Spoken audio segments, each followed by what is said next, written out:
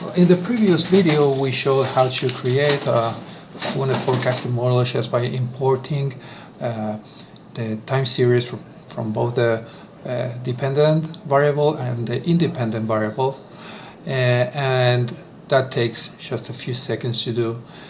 But now we have to address the topic about how good is our model at predicting. So in this tool, we implemented this module that is called the Performace module that allows us to compute several times the fullness model and compare the results with the observed values. Let me explain how it works. So let's say that we start with day 1. For day 1, we have the value of both the observed inflow and the observed precipitation in the 4 stations. But let's say that we don't have that observed inflow. And what will we get if we would be using the rest of the data to predict the value of that inflow? And then we can compare the observed with the modeled one. Then we go to day 2, and again we suppose that we don't have the observed data and we try to predict it. So we do, and so on. So that will give us 2 time series, one of observed data and another one of modeled data. There's one concept here that becomes important, that is what we call the gap. I won't get into much detail, but the gap is, we not only ignore the data the day that we're looking for, but also we ignore the data around it because we don't want to be too close, or we don't want to be in the same event, precipitation event, for instance. So that value, well, later we will see it, it's here. It's in the parameters part. So in this case, we're ignoring 7 days before and after the day we're trying to predict.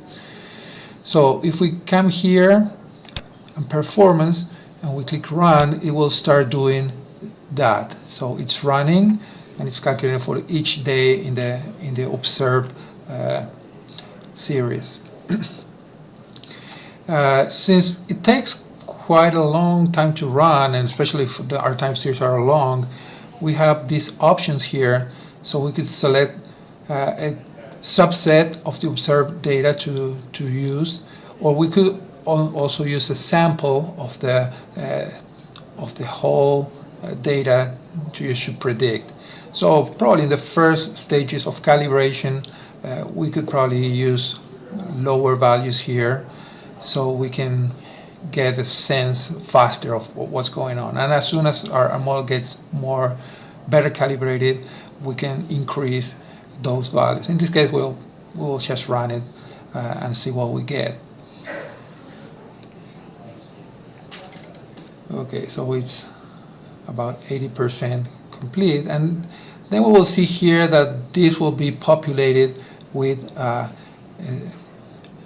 set of statistics for each of the different methods that we use. Again, this is the inverse distance weighted, this is the closest, these 4 are the ensemble results. So we see that, well, I usually look at this first statistic, the Nash-Sutcliffe, that's actually the R-square, and you know, this one is the best, probably 0.3. It's not very good, but well, it's not that bad. So let's explore a little here. So one thing that we see is, well, the volume, the total volume, or in other words, the area under both inflow curves is pretty much the same. So there's a 3% difference. The square error, well, it's big, but not that big. We didn't get any of the hits So we had 18 events in which the flow was over the threshold, and our model didn't catch any of those. It missed all of them, but at the same time it didn't give any false alarm. It never said that we will have a flow higher than 400, and that didn't happen. So we can see that our model is not really good. But let's take a look at it. So if I come here, I click mean and say show selected results. So it will give me this. Let's maximize it. So the observed is the blue and the forecasted is the orange. And well, it's not that bad, but it's not that good. So it follows pretty much the shape of the hydrographs and some of the peaks. But I wouldn't say that this model is very, very useful. We will improve it, and you will see that we can improve it a lot, doing some processing on the data. But well, this at least gives us the starting point. One thing you remember that in the first video we kind of canceled the extrapolation. Let's see what happens if we run it, if we add the extrapolation. And well, later we will explain what all this means, but let's just do it this way and run it again. Well, before we run it, there's something that we can do.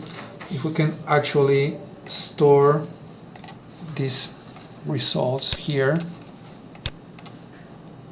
so we can compare them easily. So I can copy them to clipboard and then paste it here. So here I have the same result, so I can later compare it. So I will run it again. Now with this extrapolation, we saw that this extrapolation didn't work really well. We should probably have to change some of those parameters to get a better representation. But we'll see.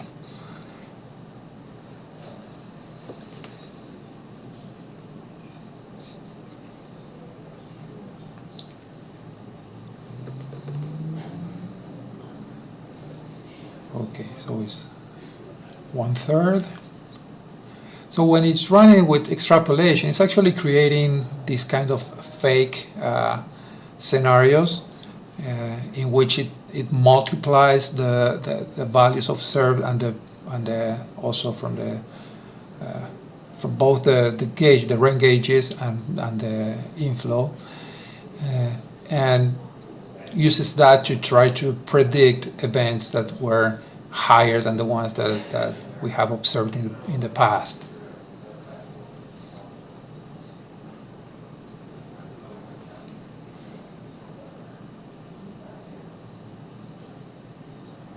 Okay.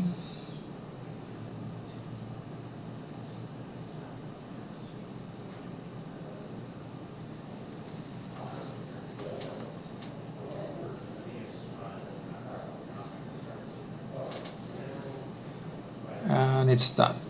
And actually we see that the results are much worse. So if we copy this to the clipboard and paste it here, we can see that well, it does a little better with the inverse distance weighted,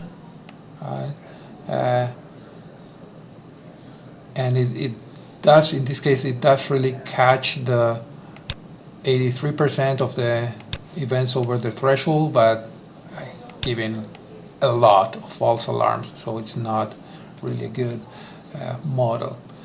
But I wanted to show this because this is the way we basically are going to calibrate the model. We're going to test different things and run it and see the performance and do it again and so on.